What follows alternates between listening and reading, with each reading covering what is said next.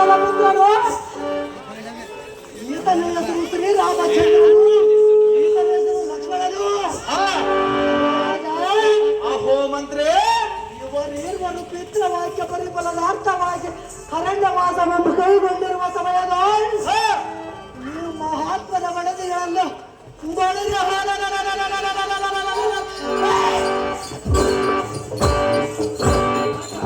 ಕಷ್ಟಕನಾದ ನೀಚ ರಾವಣನ ಬದುಕುವುದನ್ನು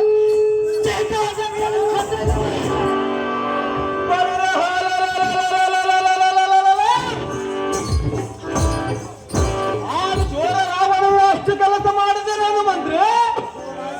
ಅಹೋ ಮಂತ್ರಿ, ಅನುಜನಾದ ಲಕ್ಷ್ಮಣನೊಡಗೂಡಿ ನಿನ್ನೊಡನೆ ಸ್ನೇಹ ಭಾವವನ್ನು ಅಪೇಕ್ಷಿಸಿ ಬಂದಿರುವರು. ಮೊದಲ ಈತನ ಪಾದ ಪೂಜೆಯನ್ನು ಮಾಡು ಸುಗ್ರೀವರಾಜರೇ. ಬಹುಬೇಗನೆ ಭೂಚಕ್ರ ಸಮ್ಮಾನಿತರಾದ ಮಹಾನುಭಾವರೇ, ನಿಮ್ಮ ಪಾದಾಂತಕರಣದಿಂದ ನಾನು ಧನ್ಯನಾದನು. ನನಗಿರುವ ದುಃಖ ನಿವಾರಣೆಯಾಯಿತು. ಇಂದನ ದಿನವೇ ಶುಭ ದಿನವೂ, ಇಂದನ ವಾರವೇ ಶುಭವರವು. ಸುಗ್ರೀವರಾಜನೇ, ಎನ್ನ ಪಾಪಂಗಳ ಸುಟ್ಟು ಭಸ್ಮಾಕೃತವಾದವು. ದೇವಾ, ಸುಗ್ರೀವರಾಜನೇ, ತಾವು ಬಂದ ತಾತ್ಪರ್ಯವನ್ನು ಬೇರೆ ಈ ಮಹಾನ್ಯರೇ ಅತಿ ಬಲವಿದ್ದಾರೆ. ನಾವು ಪಟ್ಟ ಶ್ರೇಷ್ಠನಾದ ಸುಗ್ರೀವರಾಜನೇ, ಏನು ಹೇಳಲಿ ಎನ್ನೆಯ ಭವನೆ.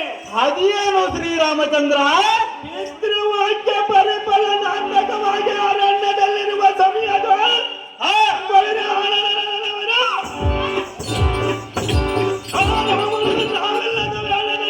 ಸತಿಗಳನ್ನು ಕತ್ತೊಯ್ದಿರುವನು.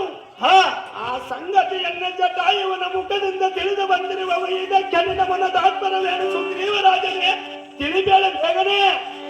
ಅಹೋ ರಾಘವ, ಸುಗ್ರೀವರಾಜನೇ, ನಿನ್ನಂತೆ ಸತಿಯುಕ್ತನಾಗಿ ಸುಖದಿಂದಿರುವ ಸಮಯದ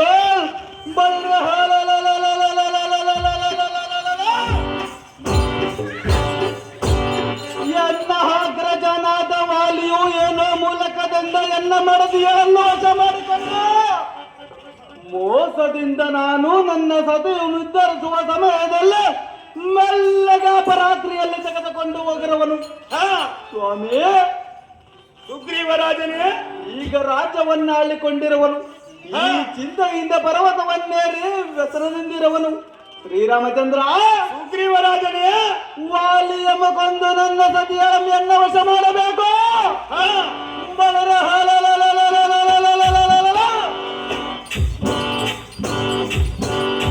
ಮೋಸದಿಂದ ಲೋಕ ಕಂಟಕನಾದ ನೀಚ ರಾವಣನು ನಿನ್ನ ಸತಿಯಾದ ಸೀತಾದೇವಿಯನ್ನು ತೆಗೆದುಕೊಂಡು ಹೋದ ಜಾನಕಿಯನ್ನು ತಂದು ಕೊಡುವನು.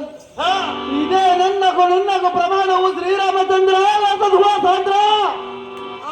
ಸುಗ್ರೀವರಾಜನೇ, ಎಂತ ಮಾತನ್ನಾಡಿದೆ? ಯುದ್ಧ ಮಾತನಾಡಿದ ದಶರಥನಯ. ನಿನ್ನ ಪಟ್ಟಣದಲ್ಲಿದ್ದ ವಾಣಿಯಿಂದ ನಿನ್ನ ಮಡದಿಯಳನ್ನ ಬಿಡಿಸಿಕೊಳ್ಳಲಾರದ ಸೀತೆಯನ್ನ ಧರುವನಂತ ಹೇಳಿದೆಯಲ್ಲ ಸುಗ್ರೀವರಾಜನೇ, ಮುಗು ಬೇಗನೆ.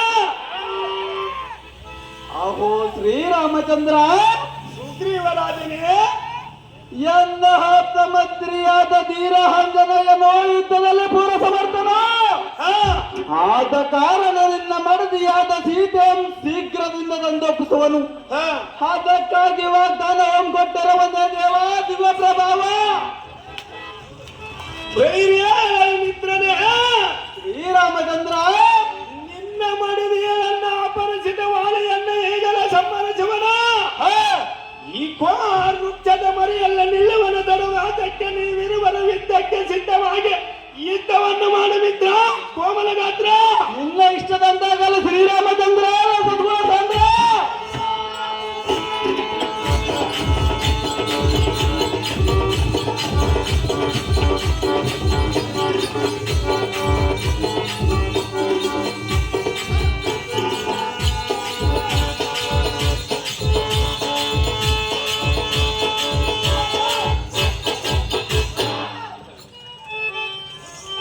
ಸಿದ್ಧ ಇದ್ದ ಗದಿಗಳ